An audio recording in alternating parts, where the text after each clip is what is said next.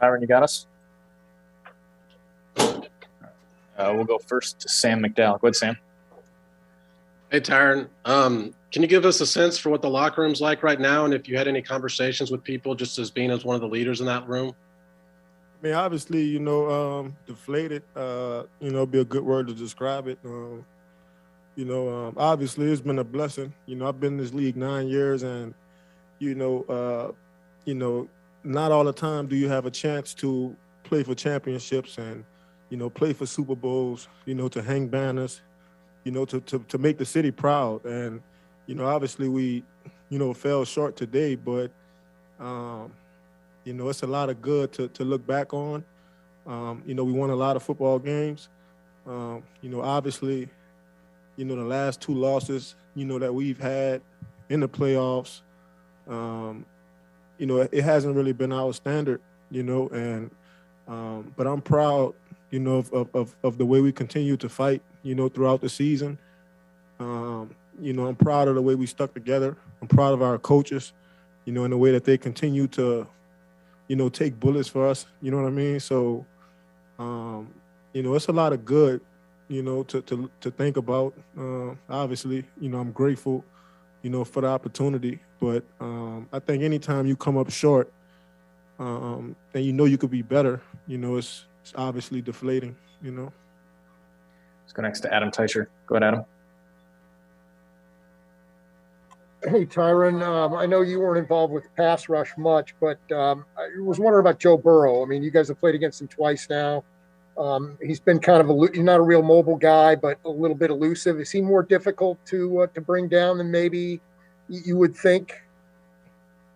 Well, I think he's a smart quarterback, and I think obviously, he's not geared to run around. He's not geared to, get 60, 70 rushing yards a game. But I think, he's a smart player. He's a smart quarterback. And I think, within certain schemes or certain coverages, there is a window, for the quarterback to run the ball. And, hats off to him. Obviously, this kid studies a lot of tape, and, he has the instincts to go with it as well. And, he made a couple, third down, scrambles today that, kind of lifted their team, and I think for us, anytime you can get off the field when it's 3rd and 6, 3rd and 7, 3rd and long, you just gotta dig deep and try your best to just get off the field. But, just felt like those guys made a little bit more plays, than us today. Let's go next to Pete Sweeney. Good, Pete.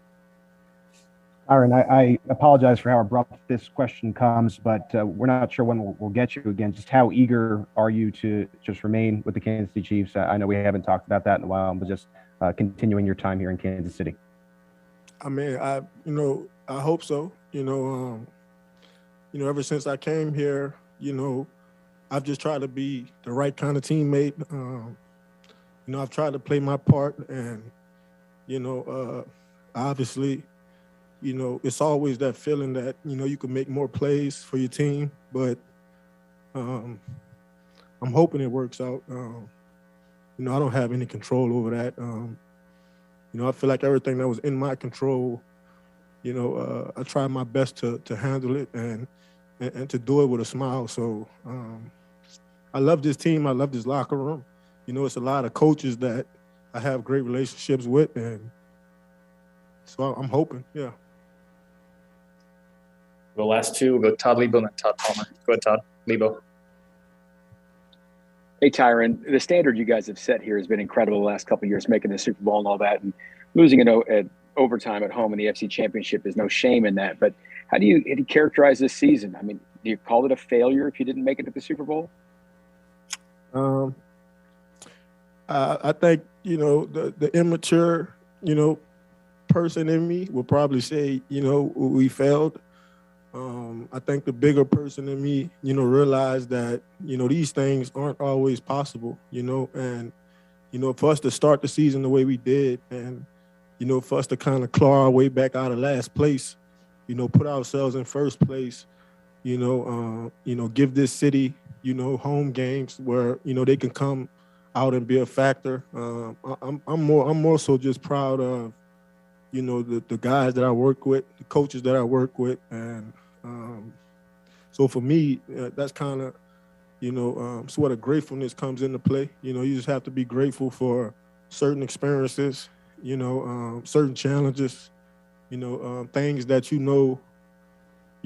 can bring out the best in you, in the future to come. So, we got a lot of motivation, and I know it's a lot of guys in that locker room that, they're going to take this offseason personal, to really get better, because we do feel like we're still the best team, in the NFL, but, the best team doesn't always win. It's the team that, plays well and makes the plays, that day, so I'm just extremely proud to come to work with these guys. The last to Todd Palmer. Go, Todd. Hey, Tyron, I just was curious, how frustrating was the second half? Because in some ways it seemed like a mirror image of the game, Week 17 game at Cincinnati, where you guys race out to a big lead and then, late in the second quarter and, it kind of starts to slip away. Were you guys getting frustrated and did that previous matchup seep into your mind at all? No, I think every game is different. Obviously it was, some motions and, certain moods of the game kind of, made it feel like, Week 17, but I think every week is different. I thought we came out today. I thought we played up to our standard. Obviously in the second half, credit to those guys. They made more plays than us. And, you can't always control, what the other team is going to do.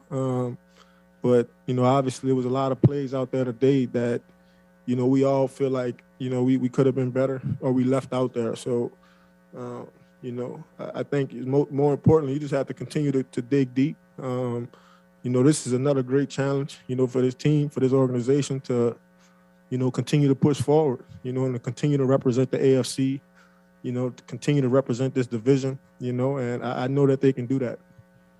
Tyron, we appreciate the time. Thanks for Thank you. joining us.